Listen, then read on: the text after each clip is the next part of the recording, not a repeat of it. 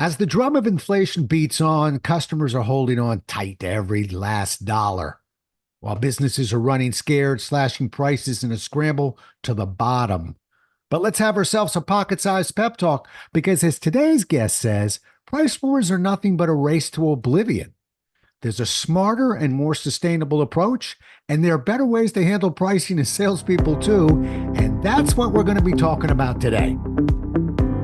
A Pocket Sized Pep Talk, the podcast that can help energize your business and your life with a quick, inspiring message. Now, here's your host, Rob Jollis. Today's guest, Adam Wallace, has spent years unlocking pricing power for products and services. After more than a decade as a corporate fixer, joining Fortune 100 leadership teams to capture additional value on multi-billion-dollar ventures, he now serves as an interim executive and board member for private companies. He's the co-author of Revalue, Raise Your Prices and Build Your Legacy. Came out actually recently, July 22nd of 24. Happy to have you with us. Welcome to the show, Adam. Thank you for having me. It's a pleasure to be here. He's got more energy than that. I already talked to him. All right, punch it up a little bit. Let's go. And you believe that tapping into human nature kind of reveals what your customer's value is and what they will happily pay for. Unpack that for me, because I had a lot of trouble even asking the question. Yeah, no, absolutely. I think salespeople have a core challenge, and it's a real challenge that they live every day. They actually understand their products inside and out. And as you understand something, you end up valuing it. You end up preferring it. But as a buyer, you don't know the products in and out the same way the person who's selling it is. And actually, as a buyer, you're making an emotional decision, not an intellectual one. So often the case is, as a buyer, I actually don't care about the products that I'm buying. I care about what it affords me. The world of value as to what I'm going to pay attention to and what I'm going to spend my time and money to pursue is based on where I want to be, not necessarily anything inherent in the product or service most people are selling. Okay. So let me make sure I understand that. So your customer's value is basically what I perceive as my value, not necessarily what the market perceives. In other words, that's the emotional end of it, almost like selling a house. Have you sold a few houses before? Yeah. Okay. So you know that, and when a realtor comes in and you say, well, I've lived in this house and look at all the changes I've made. And, it's almost, it's intimate. But a smart realtor will say, well, that's fine. And, okay, so that's the dollar number you want to put on because that's the value that I'm seeing. But the mantra of a realtor is, but the market will speak. The market will actually determine the value. So is that sort of the separation from the emotional side of me and kind of what business and the market will dictate? Yeah, that's a good example. So what I would say is one step further. So in that side of the coin, you're exactly right. The market isn't going to pay simply because you have a fond memory of your children growing up into it. Now, flip on the other side, your best buyer, your buyer that will pay the most for, and what I specialize is in improving pricing power. So I'm interested in what will the most a buyer spend on it. That's not determined by the market. That's determined by what it enables for that individual. So on that side of it, it has to do with the future that buyer is living into relative to raising their family, it is to moving their job over the summer. And they will pay a premium for that because that's what they value versus what the seller values or what the general market consensus may be. Okay. I got you there. All right. So you also write about how to uncover your business hidden value. And I always get very selfish on my show because as an entrepreneur, of course, I'm standing up for all my listeners, but I'm also always looking at how this applies to my business. Mm. You write about a business's hidden value and turn it into profit. But let's start with how you determine its value, this hidden value. How does it when you write about that, how do you do that? I'll give you a very simple example with it. That's usually the first low-hanging fruit to be able to capture is you do not create equal value to all your customers. So you might be selling the same product, But if you think about the value that it gets enabled by them being your customer, you can begin to see, oh, there's a disproportionate amount of value that I'm actually generating for them. So something as simple as Pareto optimizing your customer base, right? The classic sort of 80-20 rule. You can begin to see that, especially in a service firm, if you sell professional services or anything like that, 20% of your customers might cause 80% of your effort and headaches versus your best customers is disproportionate. So I find there tends to be an over indexing on trying to cast as wide of a sales net as possible. And then people end up pricing themselves to the lowest common denominator of what their customers are getting out of what they're buying versus getting ultra specific on who your products and services unlock the most value for and only selling to them. Okay. So now I've got that side. So how do you turn that and how do you turn that into profit? So one, you raise your prices. Okay. It's actually not that You complicated. said it And was going to be simple. Okay. yeah, so you raise your prices, and what you're looking for is a right equilibrium. Well, not everybody's going to say yes to it. You're trying to find again the right sort of test.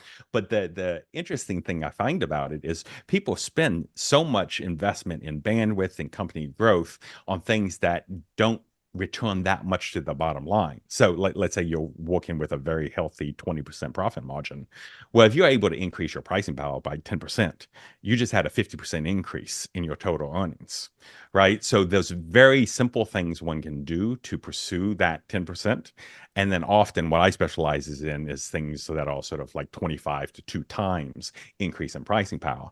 And again, I keep on getting surprised by how easily available it is once people are starting to embrace that the value is being determined by the buyer and how they're using your product, not necessarily what you built your product for in order to sell to them. Okay. But let me come to you. I'm gonna come to you from an angle you've never had come at you before. Um, I actually side hustled for 15 years as a live auctioneer. Okay. All right. Yeah, yeah. So I am bonded, and one of my jobs is when they hand me that list, I've got to vet it out. Mm-hmm. And particularly when it comes to artwork and certain things, people say, well, I have valued my work at X. Uh, that's, okay. But I'm immediately digging in and going, I'm glad you came up with that number because it's so beautiful. But I need a track record. I need something. Mm-hmm. As a professional speaker, I have, my numbers that I go with, Mm-hmm. but they didn't fall from the sky.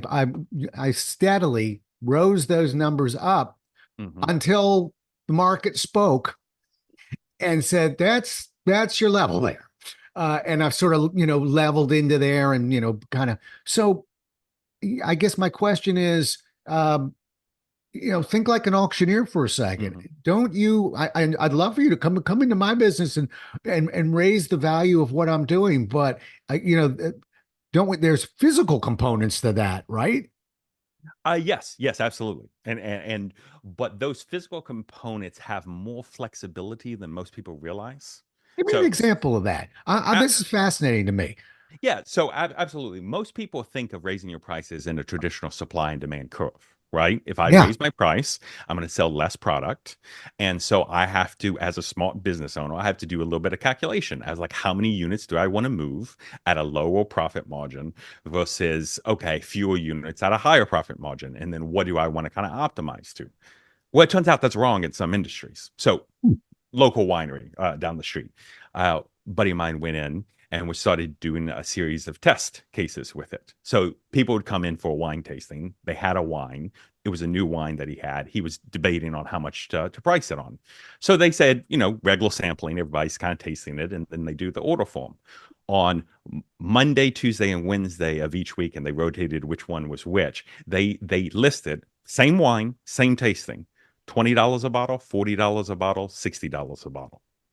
And what they saw was $20 a bottle and $60 a bottle sold the same number of units Hmm. equally. $40 a bottle sold twice as many. So this is an example of what they call the price quality heuristic. Peloton, for example, ran into the same thing. When Peloton hit the marketplace, they hit the marketplace at $1,200. They didn't sell many. Why? Because as a buyer, you look at the Peloton for $1,200 and it looks like it kind of got cheap. It was like value engineered. It has one support stream. It should have multiple things and stuff like that. But as soon as they raised the price above 2000, it no longer occurred as cheap. It occurred as elegant and high end. And they moved twice as many units by doing so. So there's things like this that kind of buck the expectations of our traditional models. And to your point about auctioneering, they don't exist everywhere. Sometimes you are truly in, look, if you're in a commodity, I used to do a lot of oil and gas work. Commodities are commodities. But Right. even within commodities, it was very interesting the value capture you could do with certain long-term contracts and negotiations when you actually knew your buyer's asset, like an oil refinery asset, and you knew what their upgrader was capable of. You could actually lock in better than market rates by being able to be very custom to what their needs are and what their pain points were by even selling a commodity. Yeah. Well, and you know what? Sometimes I get a little myopic and I just focus, on today's pain, uh, Mm-mm. which is for an auctioneer, the artwork is hard. Here's a fun fact for you. Of the 8 billion items that I could auction, artwork is always the toughest. It's hurting somebody's feelings on my left. It's hard to price out, etc. Let's leave that. Where you've really kind of hit home with me is for speakers, for instance, when you work with a speakers bureau, they won't touch you below a certain number. Oh, yeah. And if they like what you're doing, the first thing they'll do is they'll say, okay, I want you to double that. That's right. But why? Because we can't sell you at that number, but we can sell you at that Peloton 2000 number. In other words, now our clientele, and we've seen you, you're worth it. Our clientele will perceive value by that price. So when I'm coaching speakers, a lot of times we have them practice their numbers because it's hard for them to say it first because their numbers are going up. But that's the industry speaking as well. But I see your point. That's we all want to think that the wine tasted better at 60, but not not always. There's maybe no Easter bunny, and wine doesn't necessarily taste better at 60, huh? Is that where you're breaking the news to me? Well, actually, no. See, this is the interesting debate that we might have to Uh-huh. have a debate over scotch one time. Does it taste better or does it not? That's an interesting question, right? Because there are certain luxury goods that you take more time to enjoy with the more effort it takes to acquire. So there is like some debates you might be able to say. There is a word of caution I do have to mention, and some of this work was done by a buddy of mine named Yuri Nizi. He's a world-class behavioral economist, and he always has to call out, and I've run into this a few times, as if you're doing that price quality heuristic where you're raising your price, doubling your price for a speaker, one of the things you have to realize is the backlash for not meeting quality will be twice or three times as high. Mm. So people are very happy to use price as an indication of quality, but if all of a sudden you don't deliver at that tier, then the negative reactions that you get are way more intense than ordinarily if they had paid half as much or a smaller amount. And we kind of see that all the time, right? Sometimes we accidentally buy a piece of crap off Amazon, from China. But as long as we know that in advance, okay, I'm taking a risk. Maybe Right. it's what I want, maybe it's not, no big deal. But if I'm buying a luxury thing and it comes in not at the quality I'm expecting, yeah, there's an emotional reaction that often gets triggered. Yeah, I'm glad you threw that in actually, because it does kind of recenter us, in the world of speaking, and not just speaking, by the way, in business. And not only you got one chance to make a first impression. That's number one. Number two, in a lot of things we do, when we're good, everybody knows it, and we're not good, Mhm. everybody knows it. And so what? Yeah, okay, we're going to double that rate so that we can fit in with a bureau there. Uh, but all we got to do is lay one egg, and not only does the customer not want to touch us, the bureau's done with us as well. So Mhm. yeah, we got to deliver. I hear you. Uh, you're right about this. Make you laugh, maybe. Uh, you're right about pricing hacks, and I wasn't Mhm. 100% sure what you meant, so I Googled it. And would you believe I still couldn't figure out exactly what you mean by pricing hacks? Three pricing hacks that can increase revenue by as much as 100%. So for Rob Jollis and maybe three other people, but can you just quickly tell me what I saw it used in different ways? I never got a clean definition. So what's a pricing hack, and how can you increase revenue? What you seem to say dramatically by being aware of it.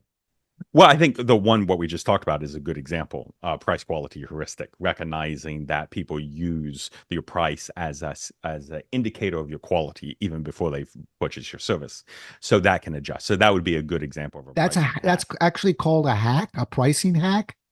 Yeah. Yeah, yeah. Because Hmm. I mean, if you think about what the etymology of the word hack is, just coming from the software industry, where software engineers are looking for the shortest way to produce an outcome, Okay. and that's just a simple hack where it's like Okay. it's an easy, like literally what you're doing is you're change like on that form, and like you said, you've practiced saying that number out loud, so then you Right. can buy it. Like Right. that's a pretty easy low bandwidth thing that produces a disproportionate return. That's a Right. hack, right? Okay. And sometimes, it can have a negative connotation if you do it poorly, but the intent and the etymology of that is just simply what are small changes you can make that unlock disproportionate value. Can Uh, I give you an mhm. example, maybe, and you tell me whether this is a hack or not? Yeah, It's yeah. not one I'm very happy about, but when you go to a jewelry store and you see 70% off, Mm-hmm. what you realize when you look at the pricing that it kind of was pushed up and pushed right back down again. It's right really where everybody else is. Is that an Mm-hmm. example of a pricing hack? I that You one can might be say no. leaning I don't always little get leaning everything to a right. little hacky to me. Like you That's have to, yeah, you have to be careful with that. Like I do recognize several times I've actually done, like, if you're introducing a price increase, yeah, sometimes what you do as you first introduce it is you mark it up and then you leave it on sale for like 3 or 4 months, right. and as people, especially like renewing your software services, and then you get rid of the sell and then the price goes up. But there's a fine line between a hack and hacky, Okay. because there is, like, when you're talking 70%, that kind of sounds a little hacky. If Yeah. you're talking It about sounds like just tacky, quite adjusting, frankly. yeah, Yeah. exactly. If you're talking about adjusting for inflation and you go ahead and move up your numbers at Thanksgiving and leave it on sale for the holidays, and then adjust your number in January because you take it off sale and you've now adjusted for inflation. Yeah, yeah, that's just a standard pricing strategy at that Okay. point. Okay. So you've got a couple of ideas. We'll make people read this book, so I don't want all three of them. They're going to have to go and find the other two. Give me one of the best ones. Um, it's a little bit of a complicated core one, but I think it's honestly it's the one that I've made the most money off of over the years. Is Have you ever had the experience of, like, you're looking at buying a car, or you just bought a car, and then all of a sudden you realize how many people in your neighborhood drive the exact same car? Yeah. Yeah, Yeah. right. Like, it's kind of shocking though. It's Right. not that you weren't driving around and people weren't already driving the car. You just never noticed it. Right. So one of the things that I'm getting the most traction with is recognizing in today's market, and it's kind of changed over the past 30 years with digital marketing, more and more targeted ability to get in front of your sort of long tail customers, or more customer niching, it's no longer hard to get in front of your ideal buyer. It's hard to what they call match their relevance realization, so they actually pay attention to it. So part of the sort of another hack is beginning to really narrow in on who your prime buyers are, and starting to appreciate how they perceive the world as to what they're pursuing. And often it's so drastically different than the benefits or the traditional things you would think to sell from the value of your product, that there's often a large disconnect that you can bridge relative to your strategy. And so what I mean by that is, I was just talking to a salesman earlier today, and he was saying he had a group of customers who were starting to buy this high-end kitchen appliance just because of ego. It looked nice in the kitchen. They didn't actually use it. The people making the product didn't even like selling it to people like this because they were passionate about the product, but they were willing to pay more because of the element of what motivated that buyer to be the buyer, different than what motivated the seller to make it. And I would suggest that so often there's a disconnect between why buyers, what's motivating the actual buyer to buy, that's different than what is motivating the salesperson or the team that makes the product to actually build a better product. And to the degree that the separation between them, unmonetized value often lives right in that separation. Okay.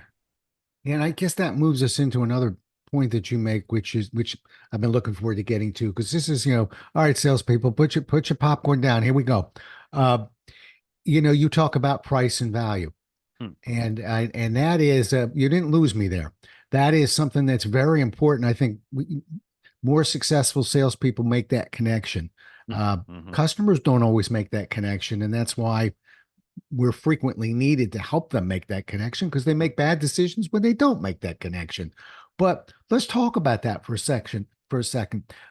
We want to move our clients from price to value. Mm-hmm. I've actually got a thought I want to throw in, but I want you to go Mm-hmm. first. You're the author, but the question is how, not why. Okay, Mm. but how? Do you have a simple technique to do that? And then I'll throw one back at you, and you tell me how mine sounds. Oh, yeah, yeah, no, absolutely. I think the simple technique is to recognize that your buyer really doesn't care about what you're selling. They care about what it affords them, where they're trying to get to because of it. And so the more focus you can uncover and have them discuss and explain and articulate, even for themselves, hearing themselves articulate, this is the intent or this is the motivation behind my acquiring this or buying it or using it or whatever the case may be, the more they will find it as an instrument or the more valuable they will find it. Uh, that's how I usually would approach it Good. and focus on it. Okay, But good. what's yours? I'm Well, interested. mine is actually, mine is, you're dealing with an ex-Xerox guy. So everything with me is a process. And so it's actually a phrase that I'll often use. But when selling a Xerox box, people knew two things about me when I walked in. One, uh, whatever I was going to show them was going to be about 25% more than anybody else's. And two, probably going to be pretty well trained. Xerox took its training very seriously. But not if, but when we got asked, well, wait a minute, that costs X amount, 25% more than the other three proposals I've got. We would shift them from price to value by saying, are you talking about the cost of purchasing it? Or are you talking about the cost of owning it? And then we would remain quiet. And sometimes not too long because sometimes it would confuse the client. They go, I don't get what's the difference. And now they're basically asking us to explain what the cost of pricing it is. Here it's 25% more. I don't dispute that in any way. But Mm-hmm. the cost of owning it are all the things associated with this product: resale, parts, quality, training. When you add everything together, you're going to see that, in fact, the value, but the Mm-hmm. cost of owning this equipment, this idea, this product is going to be far less than what you're looking at. Isn't that what you're looking to accomplish? And so we're trying to kind of get the client to realize that, yeah, you want to get out of this. You just have to add everything involved. And most clients don't naturally do that. They see a number, and that's the number they stay on, and that's when and so they're holding to price. We want to move them to value. Mm-hmm. That Yeah. makes sense to you? Absolutely. Absolutely. Because you're just going up the value chain into what they really want. Yeah. What Yeah. they don't even want to buy a Xerox as much as they just want to be able to have their reports come out on time. That's exactly right. Yeah. They just, they want to make sure it's working. They want to make sure that when somebody comes in, it shows, it presents the correct image that they're looking for. There's so many things that they don't naturally put a dollar figure to. And a smart salesperson, if they know that they're going to be battling price and value, won't wait to be asked. They'll be chipping away in their questions of, oh, by the way, how when it goes down, how long does it take to fix it? When you're waiting for it to fix it, where are you getting this taken care of from? Mm-hmm. Who's helping you there? So who's covering for him while she's over there? And we are charting that like with an abacus, Mm-hmm. but so that we particularly for an analytical client, not a Mm-hmm. dominant client, they wouldn't want all that, but for an analytical client, we actually have to prove to them numerically, that this in fact is of better value, and I can prove it to you.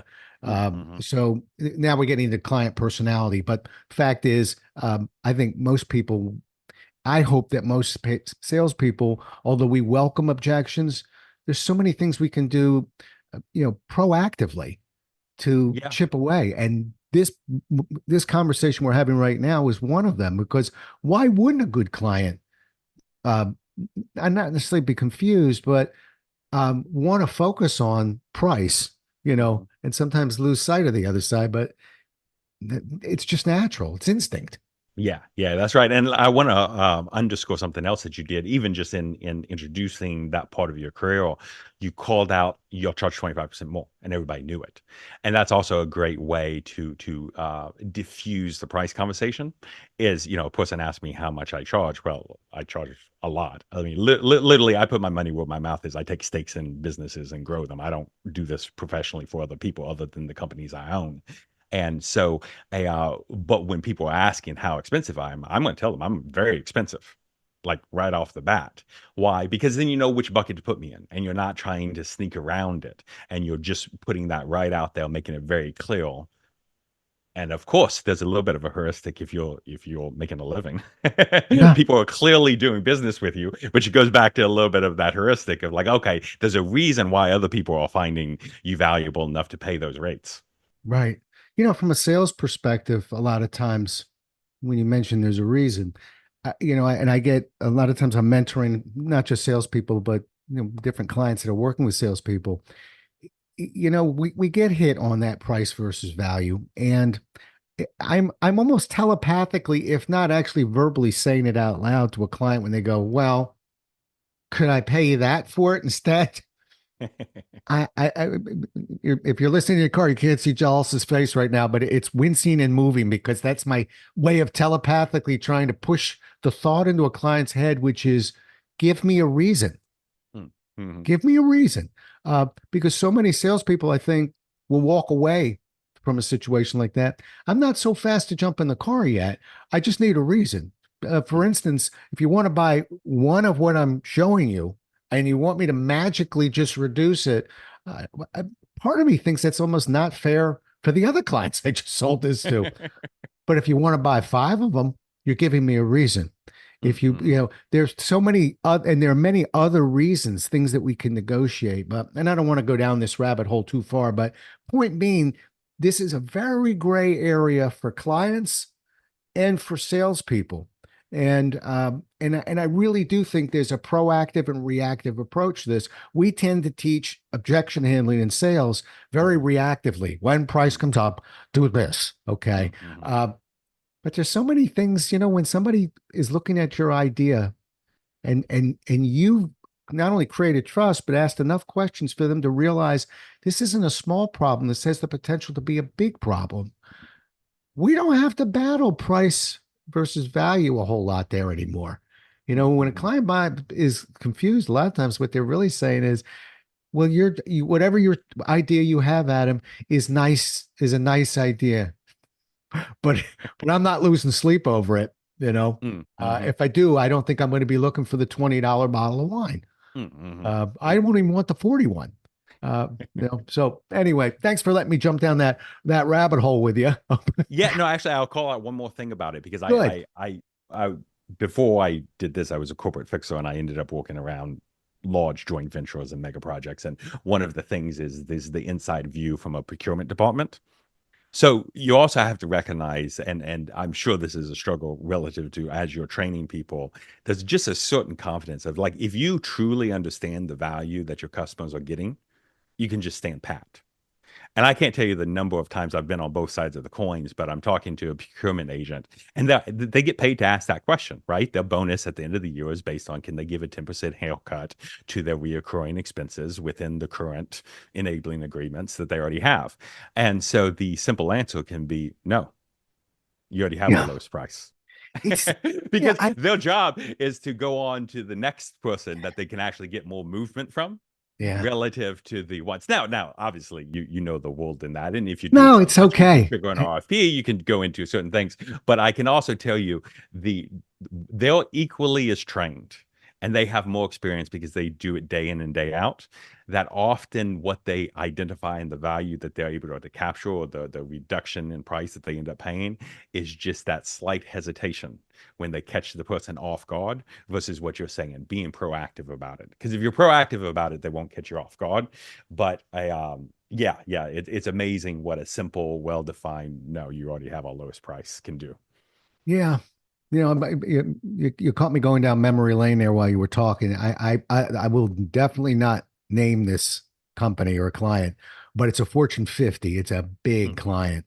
and that I work with, and I've worked on multiple contracts for them, and every time I can spend a month working on a contract, got it done, got it. Here's the contract, okay, and then the call comes from the person you're describing, who it's sort of like the cable guy when you're finally going to cut the Hmm. cable and go, okay, we want you to speak to Mr. Johnson. And this guy is lethal. Okay. Hmm. That's all he or she does all day That's long. right. But I will tell you, I'm glad I wasn't recording the first couple of conversations, but I got a little bit better at it. Hmm. The problem is it's kind of a bully. You got a very big billion-dollar company working with a sole proprietor. We Hmm. don't have a whole lot of leverage. But I think no matter what, it doesn't have to be a Fortune 50. I think when somebody is questioning your price and having difficulty getting to the value side, and we have to spiral off in negotiation, uh, I think obviously we're looking for a win-win, but I find that almost trite sometimes. But I think that we have to give them something. I just learned the hard way and then got better at it of doesn't always have to be a dollar sign that you're giving That's them. right. There are That's right. other things that you can Exactly. give them that are a lot easier. And that person leaves the conversation saying, I did my job and I protected the value of my product on my end. Right. That's right. Now, so it's okay. So if we really want to break it down to Yeah. atomic behaviors of the different stakeholders, you're exactly right. When you're selling to a large company, the first thing you would have to begin to realize is you actually only have one buyer, and you've got a ton of stakeholders. And if you know there's one person whose ultimately signature is going to go up to, and that person gives the nod. Now you also have like, depending on how many millions and how big it is, there's a lot of other stakeholders that has to go through. There might even be a governing body. I've done plenty of sales where they have to go up to the board to approve that dollar amount for it. But regardless, there's one person who actually has the say. I am positioning the value to that one person. Now, in the process, I also need to appreciate there's a lot of other people I have to co opt into finding value for it, but it might be a different value proposition. So, what you just called out was a great example. Yes, I know procurement is going to give me the squeeze. Okay. What can I give them that's not price that I can offer them so they can check a box and say, well, I didn't get the dollar, but I got this. I They got did their something. job. Right. They can say, I did my job. And Right. going down and recognizing and not collapsing your value proposition for your product with the value you have to deliver for your various stakeholders in a complex sell, because that's where when you collapse those two, it often, again, you price yourself to the lowest common denominator versus really honing in. No, I can keep a prime price for the person I'm actually delivering the value to, and then I just have to make sure there's enough value available for the stakeholders that they get what they need in their near-term objectives. Perfect. Let's leave that one right where it All is. Well done. right. Thanks for putting a cherry on that one. You're the author. Revalue, raise your prices, and build your legacy. On Amazon, I'm assuming. It is. Yep. Good. And how's it doing? Have you looked? Good, good. Surprisingly good, actually. Yeah, yeah. We were number one You're not in surprised, Adam. well, it was number one in marketing and consumer behavior, Good. number one new release for like 4 weeks rolling. So we've been very happy with it. Okay, good. And but this crew, my crew, I'm always giving them a little nudge. We not only get buy books, but we write reviews on books. So hopefully we can get a couple of hit the cash register a little bit and get some more reviews on there for you. But good. Is it your first book? It is, yeah. And Good. actually, it was, the audience I wrote it for was actually myself and my company. Because when I made the switch from the corporate world to building my own portfolio, it was just a question of kept on seeing disproportionate returns, but wondering what's getting in the way. What are those obstacles? What are sometimes I call them pricing riptides and lay them out in the book. So I love people's reviews and feedback on it because part of it is I'm solving my own problem. I'm seeing disproportionate returns coming in. And so what is it that makes it so hard to capture? And then what can we do to affect that to affect it going forward? Good. Well, welcome to the party. Listen, there's a lot of people that talk about writing a book and think about it and plan it and research it and don't bring it across the goal line. So congratulations. It's they can never take that from you. And it's a nice little bucket list item. So good for you, Adam. Happy that you got the book done and out. And once again, that's Revalue, Raise Your Prices, Build Your Legacy. How do people get a hold of you? You can go to my website, adamwallace.com, Yep. and it'll have all the links and a contact form. And there's no trickiness to this adamwallace.com. I'm looking at it. It's 2 L's and Wallace in your home free. So, and no dot in the middle there. And I'm sure that Adam will be happy to take a look at any invite you might send on LinkedIn as well. Did I speak out of turn? Is that okay? It's very good. full. Okay. All right. Good. Well, listen, it's been a pleasure talking to you. And thanks for letting me drag you into a couple of selfish sales questions, but really the pricing side. So you give us a different perspective, a different angle.